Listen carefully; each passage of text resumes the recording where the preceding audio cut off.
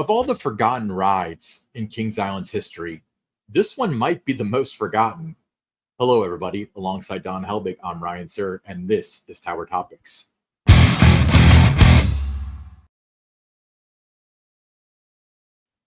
Tower Topics is a podcast by Kings Island fans for Kings Island fans, because that's who we are, and that's who we care about.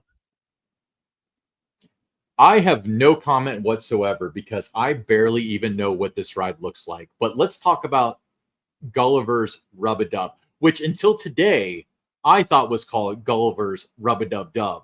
I've always heard everybody say that, but I learned the hard way that it is not, in fact, Gulliver's Rub-a-Dub. Well, Ryan, you're just like a lot of our listeners. You learn something new every time you listen to Tower Topics that you didn't know before. Yeah. But I remember this ride well. You know, it opened with the park in 1972, closed in 1981. It was one of the first rides that I rode in 1972. There were some remnants from Cincinnati's Coney Island that were placed along the course.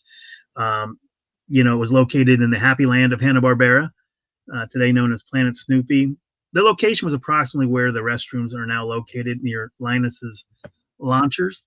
You know, it was an aero development ride, circular boats, very slow moving, you know, water ride as you went past the different props. I remember it was refurbished in 1978. Riders would pass these miniature scenes from Hanna-Barbera characters, and it was named after the Adventures of Gulliver show. The Adventures of Gulliver show. Yeah, it's funny because I had trouble finding photos of this, but I found this YouTube video. For those of you watching YouTube, I'm playing another YouTube video, and so many of these things came up. The Adventures of Gulliver thing came up as you were talking about it, but that's kind of funny. But yeah, it seems like it's a little kitty whitewater canyon where you did not get wet, correct? No, you did not get wet. And, you know, if you're watching on YouTube, you just saw this large, you know, castle, a lighthouse, and an oversized clock. And that clock was one of the props located from Cincinnati's Coney Island. So that brought back memories for me, you know, in 1972 riding. And I was like, okay, that's familiar. I remember seeing that at Coney Island. But, you know, it was a fun ride. You know, it wasn't, you know, thrilling or anything. But it was something you would want to do. You know, it wasn't a ride that I was going to ride, you know, more than once or visit, but we made sure we did it when I was kids. So would you argue that this is like an outdoor dark ride almost, like slow moving, you look at scenes, that sort of stuff? Yeah, you could, it's comparable to that. Yeah, I would describe it that way. So I mean, wait, do you have any particular memories of it? Besides, you said the castles from Coney Island. What other relics? No, the big clock was the Coney Island thing. I mean, just things like that. I remember it had the sales during the attraction's first year, but those were not returned, you know, in 1973 and onwards. So I remember there was a little bit of a change there. I remember the associates, you know, some of them working the ride, you know, got to be friends with some of them. One in particular, you know, she got moved to the racer in 1982. So sometimes about the people. A lot of times, you know, when you're talking about Kings Island, it's not just the rides or the memories, it's the people that you meet and encounter. So the associates were also, you know, part of my memories with that ride. Yeah, that's awesome. So yeah, again, the footage that we just watched is some of all the information that I had about this ride going into it, except for hearing the. Yeah, there's not a lot out there about it. I mean, it's, you know, you had to have ridden it, and you know, you don't ever find it being talked about, you know, by Kings Island when they're talking about past rides, or, you know, you might see a mention of it in the Dead Ride Cemetery that you see during the Halloween season. You know, there's a reference to it, but it's not something that really gets talked about when you're, you know, when you see anything that the park does. This includes my time was there. You know, when I was doing the Kings Island blogs, I never did anything about this ride. Now I wish I had because there are guests that do have memories of it. That was part of the park's, you know, original lineup of attractions. So I wish I had done something on it, but it just, like you said at the beginning, it's just one of those rides that's, you know, forgotten really, you know, and that's unfortunate because it had its place in its time. You know, it had that run from 72 to 81. So tell me a little bit more about the 1978 refurbishment. So they added some other IPs from Hanna-Barbera, and they did. Yeah, they added like Scooby-Doo, the Flintstones. You know, they're like miniature scenes from those shows. And it just kind of, changed the ride a little bit because, before it was all about just Gulliver. Now you're adding these other Hanna-Barbera characters into it. Yeah, Gulliver is a character I didn't know existed until like 5 seconds ago. So I guess it's better to add in the other Hanna-Barbera and Scooby-Doo, Flintstones, that sort of stuff. So it was removed in 1981 and replaced by the Hanna-Barbera Amphitheater, correct? Correct, in 1982. And where is that in today's world? Like if people were to visit Planet Snoopy, they were to visit. There's a restroom there. You've got Linus's launcher right by it. Where it was. So right in that area between, the restroom and Linus's launcher, it was in that location there. So it would kind of obscure what's now known as Camp Snoopy almost? Yeah, a little bit into the Camp Snoopy area, correct. Okay. And then the amphitheater, how long was the amphitheater there? It wasn't there super long, but I mean, it was, it had maybe, I don't know, 7-8 years. I'm guessing. I wasn't like, by that point in time in 81, I was, doing the racer thing, spending most of my time at Coney Mall, Rivertown, riding the Beast. I would go through Hanna-Barbera land, get a ride on Scooby-Doo or then the Beastie and some of the Log Flume, some different rides over in that area. Enchanted Voyage, Smurfs ride. So, I mean, that would be my time over there, but I wasn't really, over there watching what was going on in the theater. They were kid shows. So I would pass through, I would, check it out, look at it or something, but it wasn't something that I spent a lot of time at during my visits. If you go back in time to visit the 1982 Don Helbig, would you at least do yourself the courtesy of warning him that you need this information for the podcast in 50 years? Yeah. Oh, yeah. I would have said, hey, you better pay attention, to the theater there. You never know. Somebody's going to ask about that theater. Yeah, no, they would have like the puppet show and, shows like that there. Yeah, so now it's home to a restroom and Linus Launcher. But yeah, very cool. I mean, I this is one of those episodes where I learned something. So I appreciate you dropping some knowledge on us, Don. But let's talk about important things. Nobody ever talks about Gulliver's Rub-a-Dub, also known as Gulliver's Rub-a-Dub-Dub. But what they do talk about is Tower Topics t-shirts. They do talk about the t-shirt because they are a big thing. And you can get yours for just $22. They come in a Carolina blue. It's got the Tower Topics logo prominently displayed on the front. Very comfortable shirt, any size that you need. $22 includes shipping. And if you want one, just drop us a message on our X, Tower_Topics. We'll send you the QR code. You can make your purchase. Just takes a matter of days. If you are not on X, there are other ways to reach out to us. You can message us or drop a comment on, if you're watching on YouTube, and we'll find a way to connect with you there. You can send me an email at donhelbig@themeparksbydon.com and let me know that you want one, and I'll send you the QR code there. But they're really comfortable t-shirts. The feedback we've received from the individuals that have purchased them, they like them. We've seen them showing up all over social media. They were, saw them on the European coaster trip that the American Coaster Enthusiasts did this summer. We've seen them at Cedar Point. We've seen them, people wearing them at Reds games, Holiday World, Dollywood, Cleveland Guardians games this summer. So I mean, they've been spotted.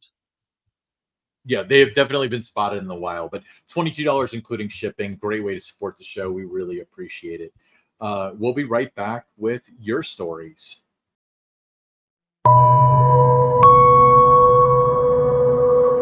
Okay, so we got actually a couple of little micro stories from Dan C. So Dan, we appreciate you sending us your stories. But he said, my first trip was as a young kid in 1979. I never had been to a park before. My older sister drugged me to the rope, and we did rope drop and ran to the Beast.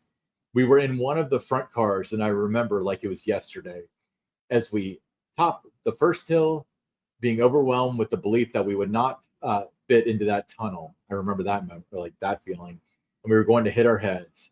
Ridden hundreds of times since, but always think of that ride and that feeling. Did you have that same sensation the first time you rode the Beast, that you weren't going to make it through that tunnel? I distinctly remember that from the first time I rode. So Dan also I remember clinging to the lap bar and my feet sticking, like my feet underneath the car in front of me. Yes, I remember that. Yeah. In the late 1980s, I was a teenager and veteran of park visits. I went to with a church youth group, and a younger boy was bragging the entire time about how much he had ridden coasters. Sitting next to him on the vortex, as we clicked up the first hill, he confessed, "I've never been on a roller coaster before." All I could think to say was, "You picked a heck of one to start with." So basically, you were going to church with a liar who had never ridden before. But yeah, I mean, the thing about roller coasters, though, is you rarely hear situations where I got on the Beast and I hated it and I never rode a roller coaster again. It's always like you're afraid to do this. The idea of them is more scary than actual riding them. So maybe riding the Vortex was the best thing for him, because if you could ride the Vortex, like, I'm not saying it's the most thrilling thing on earth, but it does everything that a roller coaster does, essentially, except for maybe a launch. But I don't know if anybody's particularly afraid of launches. But I wonder if they ever rode again. Did they ride the rest of the day? Let us know in the comments. Next one, late June of 85, 86, 87, and 88. I was with a church group that spent a week at camp creating a worship service that we then performed on Saturday at KI on the stage where the stunt show is now by the Eiffel Tower. It was my favorite part of summers during high school. We got to spend most of the day running around the park and having an amazing time. I remember those days every time we see a show on the International Show Place. That's kind of cool. Was the kid that lied about the Vortex in part of that organization? That's did he make it that far all the way through 1988? Grad night 1988 was one of my favorite experiences of high school. First time we traveled to KI on our own or stayed in a hotel on our own. Great memories. My favorite was the entire queue line singing Piano Man when we waited for a night ride on the Beast. Also, my only night ride on the Beast. Really don't want to do it again, as the memory is so dear to me. It's hard to explain, but it just felt then, and definitely now, that was the moment we were no longer high school kids and had moved on to the next chapter of our lives. I feel like that's like the ending line of Stand By Me, the Stephen King movie. It's like a coming of age story, but it's probably not so much the Beast. It's probably like you got to go on this mini vacation and your parents weren't there and you had very little supervision. You're staying in a hotel on your own. You could have really done whatever you wanted, but you're an adult now. But you got to get one of those Beast night rides. Those have not gotten any worse over the past 30 years. Fifth anecdote. After a decade of not going to the park, we took our niece and her friend in the early 2000s. It was fun watching her discover new things, and not so much fun learning my body it didn't bounce back the way it did when I was a kid. Yeah, that's all of us. I went on like a 10-day Orlando trip and walked 30,000 steps a day, and I'm just now feeling better. That was 2 weeks ago. Yeah. Having a daughter later in life has been a joy. Watching her ever so slowly go from terrified of the rides to making fun of me for not wanting to ride has been a real treat. The 2 summers of going to Phantom Theater every visit coincided with her development of a love of theater. And every time I see her on stage, I think back of that show and her love for it. That's really cool. I mean, how many people do you think went in to be musicians and music teachers and actors and performers because of what they saw at Kings Island? I can tell you a lot of people became engineers because they love roller coasters. Yeah, I mean, there's a lot, Ryan. And the thing about the stories here that were shared with us is the beginning. He talks about that Beast ride in 1979. That was 45 years ago, and that memory is still very vivid in his mind. He remembers it like it was yesterday. I remember my first Beast ride like it was yesterday, my first racer ride. So those memories that you garner going to Kings Island, I mean, they stick with you. And when they say, memories that'll last a lifetime, I mean, they truly do. Oh, they certainly do, especially the ones that stick out to you. And sometimes you don't even realize what's happening when you have, like, not what's happening in the moment, you don't, but you remember, 5-10 years later, it all comes back. Or it's like it sticks with you immediately. I mean, I've had that happen before too, where I didn't realize that, I'm spending time with my girlfriend and my friends and stuff. And it's like, I never had the thought that like, this is as good as it gets. But then I realized that later, like, it's hard. It's going to be hard to beat that moment, Yeah. And for me, Ryan, walking around the park, there's not a building, a ride, anything there in that park that if I look at it, that it's not going to conjure up some memories. It might be, rides. It might be some rides I did with some friends. It might be a meal I had someplace. It might be some merchandise that I bought. It might have been an encounter with associates. It might have been associates that I became, friends with that worked in a merchandise shop, ice cream stand, whatever it might be. But I mean, there's no place around Kings Island, that 364 acres, that I can look and not have a memory, come to mind. And it's just a special place for just so many people. And that's why we love hearing your stories. And we want you to send them to us because this show is about you, the fans. So send us your Kings Island stories at Don Helbig at themeparksbydon.com. Include KI story for TT in the subject line so I can kind of separate it and put those in a folder and we don't miss those. But we've got a lot of the different, stories from people that have come in. If we, you've been listening to the last couple of episodes, we haven't got to yours. We're going to get to everybody. It's just, going to take some time. We really love adding this segment to Tower Topics because, again, it's about you. Yeah, we love hearing your stories. We'll be right back with the listener questions.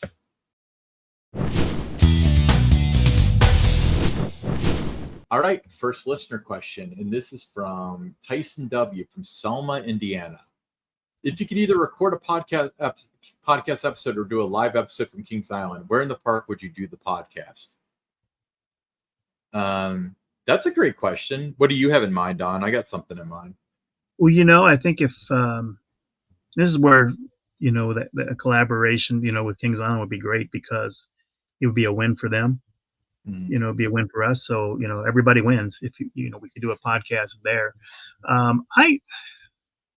I would say probably for me, Kings Island Theater, I think would be the place to do it because we would have the ability as we're talking to put, video in that, pictures up on a screen and everything there. So to me, it would be the Kings Island Theater. What do you think, Ryan? I have I didn't even think of Kings Island Theater. That would be awesome though. My dream podcast to do is one at think like Coaster Stock or something like that, where we can actually interact with people live. They can ask listener questions live and we can answer them or have fun with them or whatever, and then upload the episode later or broadcast or whatever. So I guess from that standpoint, it would be in the Picnic Grove, technically.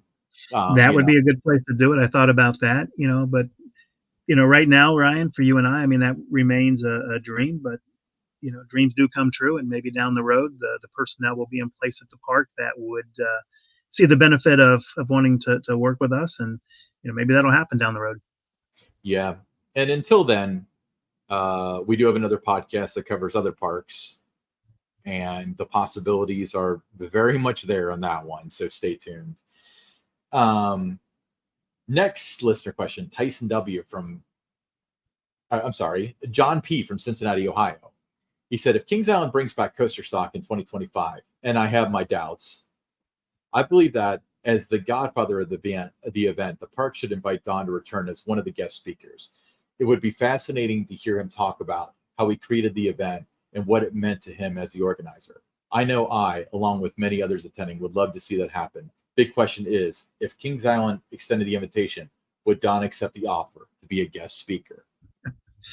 Well, I think I don't have to make that decision because, we can't even get, the people from the park can't even acknowledge and give a like or, reply to a comment or something. If I reply to one of their Facebook or X post, or I put something on my social about Kings Island. So, if you can't get that, I don't think there's any way they're going to reach out and say, hey, Don, we'd like you to be a guest speaker at Coaster Stock. But no, that was a great, one of my favorite things that I did at the park was, putting that event together and invested, several years, in the making, going to other coaster events and consulting with a lot of the enthusiasts who visited these different events, taking what they felt were the things they liked best, things they didn't like, and just kind of incorporating it into this event and just really seeing the way, the different coaster enthusiasts from the different groups, kind of all came together as one. There wasn't that division, or divide, our group versus your group or anything like that. Everybody was one at Coaster Stock, and just seeing, people like-minded people, making new friends, those friendships that have now, lasted, for years. Now they look forward to seeing each other, not just at Kings Island, but now they meet up at other parks. And, that wouldn't have happened without Coaster Stock. So just seeing the friendships that have developed, but no, that's a great question. But I don't think I'd have to make that decision. Well, if they did offer it to you, I'm actually not going to put you in that spot, because I think that a lot of it's situational as far as I'm concerned, because it'd be one of those things where if they reached out to you in February and said, "Hey, we're bringing back Coaster Stock this year. We want you to be a speaker." I think you'd be open to it at least. But if it was the Thursday before and they asked you, so it's kind of like when you get asked by your friends when they know that you already have plans, so they can say they invited you and that sort of thing. Like I could see you being like, "No, I'm not doing that," and then attending as a guest anyway. But I certainly hope they bring it back, because I know what that event, meant for so many of the attendees and people, the enthusiasts. They look forward to it. It's a good showcase for the park. So hopefully they bring it back. I have not heard that they're not, so hopefully they do. Anything's possible when it comes to this merger. We've said that a million times, and a million times it's been true. So it could be business as usual next year. They'll bring it back like they promised, or the people that are supposed to run it are over 5 parks, or no longer with the chain, or whatever, or in different positions. So you never know. But great question, John. Hey, I'm Ryan Sir, along with Don Helbig, and this is Tower Topics.